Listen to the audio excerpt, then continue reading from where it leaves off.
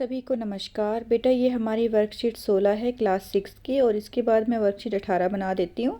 और वर्कशीट 17 मैं पहले बना चुकी हूँ, एक बीच में ये मिस हो गई थी, तो इसको भी आज समझ लेते हैं। आपठित गद्यांश है ये, और इसमें क्या लिखा हुआ है? अधुना प्रभात वेला अस्ति, अब सुबह की वेला है, अर्थात अब क्या है? सुबह का समय है। प्रभात का अर्थ होता है सुबह। आकाशे सूर्य उदयति ही, आकाश में सूर्य उदय हो गया है। आकाशे, इसमें सप्तमी विभक्ति लगी हुई है बेटा। आकाशे में आपसे पूछे कोई तो कौन सी विभक्ति है? सप्तमी विभक्ति है।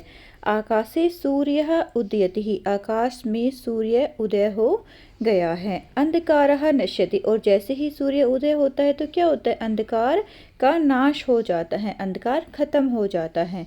सूर्य उदय होता है और अंधकार नश्यति, अंधकार का नाश हो जाता है। सर्वतः प्रकाशः एव प्रकाशः अस्ति ही, सर्वत्र चारों तरफ क्या होता है? प्रकाश ही प्रकाश है। सर्वत्र जो है ये अव्यय शब्द है बेटा, और प्रकाशः एवं प्रकाशः, ये क्या हो गया आपका? प्रकाश ही प्रकाश। यहाँ पर जो एव है यह भी अव्यय शब्द है, सर्वत्र भी अव्यय शब्द है और एव भी अव्यय शब्द है। यहाँ पर अधुना भी हमारा क्या था? अव्यय था। नेक्स्ट है खगः नीलगगनेः इतस्ततः उत्पतन्ति ही।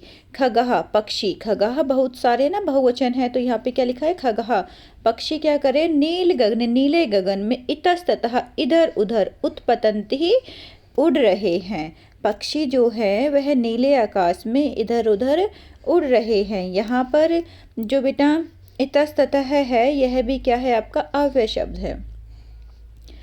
वृक्षेषु वानरः क्रुदन्ति ही, वृक्षेषु वृक्षों पर, वानरः बंदर, क्रुदन्ति ही कूद रहे। यहाँ पर भी वानरः बहुवचन में है, तो क्रिया अगर हमारा कर्ता बहुवचन में होता है तो क्रिया भी हमारा बहुवचन में होता है। ठीक है। वृक्षेषु वृक्षों पर, वानरः वानर, क्रुदन्ति ही कूद रहे हैं।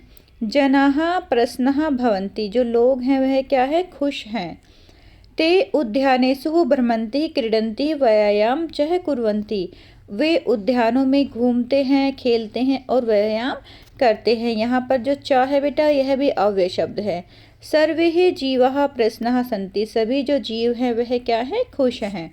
सर्वे जनाः स्वकार्येषु संलग्नाः भवन्ति, सभी लोग अपने अपने कार्यों में लीन है। संलग्नः का मतलब होता है लीन होना, अर्थात सभी अपने अपने कार्य को कर रहे हैं। ठीक है। ये आपका था गद्यांश, इसकी हिंदी मैंने आपको बता दी, एक बार दोबारा से सुन लीजिए। अब सुबह का समय है, आकाश में सूर्य उदय हो रहा है, अंधकार का नाश हो रहा है, चारों तरफ प्रकाश ही प्रकाश है।